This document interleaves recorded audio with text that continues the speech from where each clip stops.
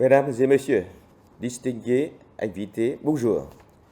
Je tiens d'abord à souhaiter chaleureusement la bienvenue aux invités, aux entreprises françaises à la conférence en ligne sur l'accord de libre-échange entre le Vietnam et l'Union européenne EVFTA et les opportunités pour les entreprises françaises. Le ministère de l'Industrie et du Commerce du Vietnam apprécie hautement l'initiative du ministère français de l'Europe et des Affaires étrangères, en particulier l'Agence française du commerce et de l'investissement Business France, d'organiser une conférence en ligne extrêmement utile, intéressante et répondant aux attentes des entreprises françaises et vietnamiennes qui sont à la recherche d'informations et d'opportunités de coopération pour profiter de l'accord que le Vietnam et l'UE ont mis plusieurs années à négocier et à ratifier. Mesdames et messieurs, les relations commerciales et d'investissement entre le Vietnam et la France rencontrent actuellement des conditions très favorables. La première, ce sont nos relations traditionnelles et solides de longue date, avec plus de 50 ans de relations diplomatiques et de 7 ans de partenariat stratégique où l'économie est l'un des piliers de cette coopération. Ces 10 dernières années, la valeur du commerce bilatéral a plus que triplé, passant de 1,6 milliard de dollars américains en 2009 à 5,3 milliards en 2019. Concernant les investissements directs étrangers, selon les chiffres du mois de mai 2020, la France compte actuellement 588 projets au Vietnam, d'un fonds réuni de plus de 3,56 milliards de dollars. Ces chiffres montrent que la France est, depuis des décennies, un des principaux partenaires économiques, commerciaux et d'investissement du Vietnam en Europe. Troisième pour les importations et exportations et deuxième pour les investissements. Elle restera toujours un marché à fort potentiel à développer dans l'avenir.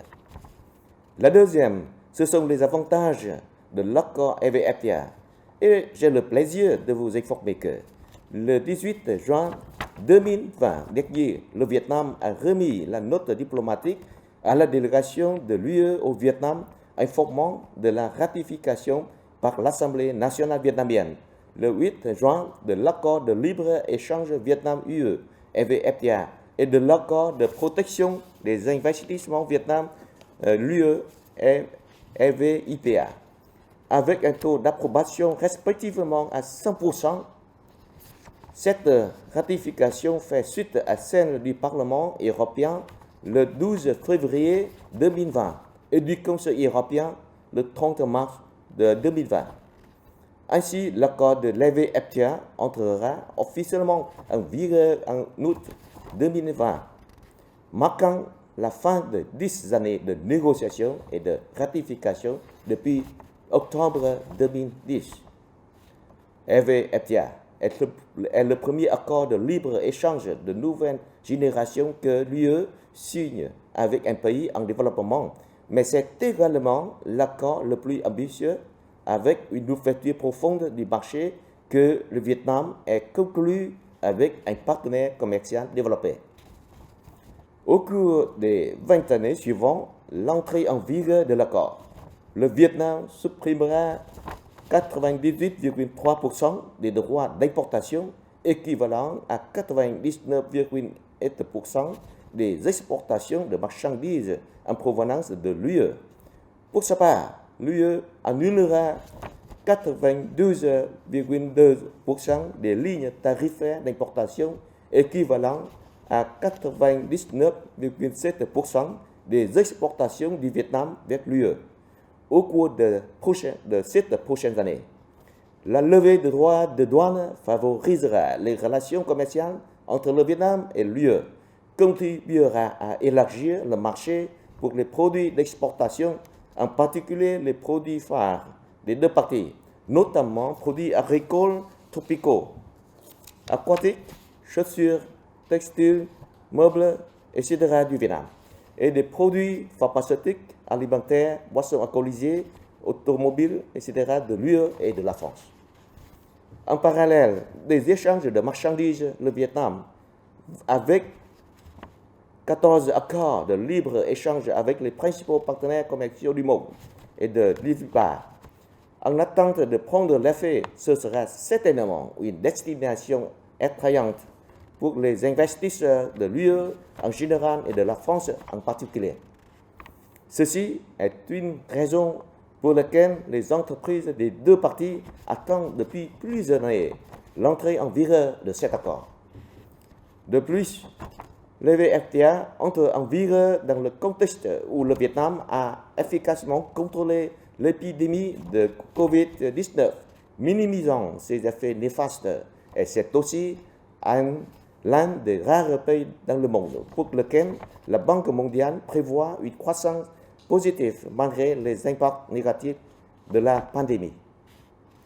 À côté de ces conditions favorables, nous sommes également confrontés à un certain nombre de défis tels que le conflit commercial affectant le développement du commerce international, renforcement du protectionnisme dans de nombreux pays et plus encore le spectre d'une récession mondiale liée aux effets du Covid-19 qui induisent à une modification ou une rupture des chaînes de valeur mondiale, ou une relocalisation des investissements, ou une diversification des partenaires, un changement de l'environnement, du mode de travail et des valeurs de l'entreprise.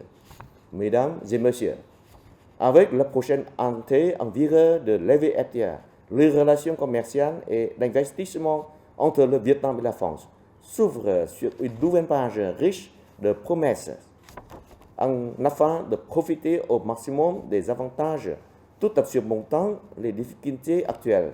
Le ministère de l'Industrie et du Commerce du Vietnam vous propose quelques solutions suivantes. Poursuivre le développement et la coopération avec les partenaires français dans le secteur de pointe de la France tels que l'énergie, y compris le propre et renouvelable énergie, les hautes technologies, l'agriculture, etc.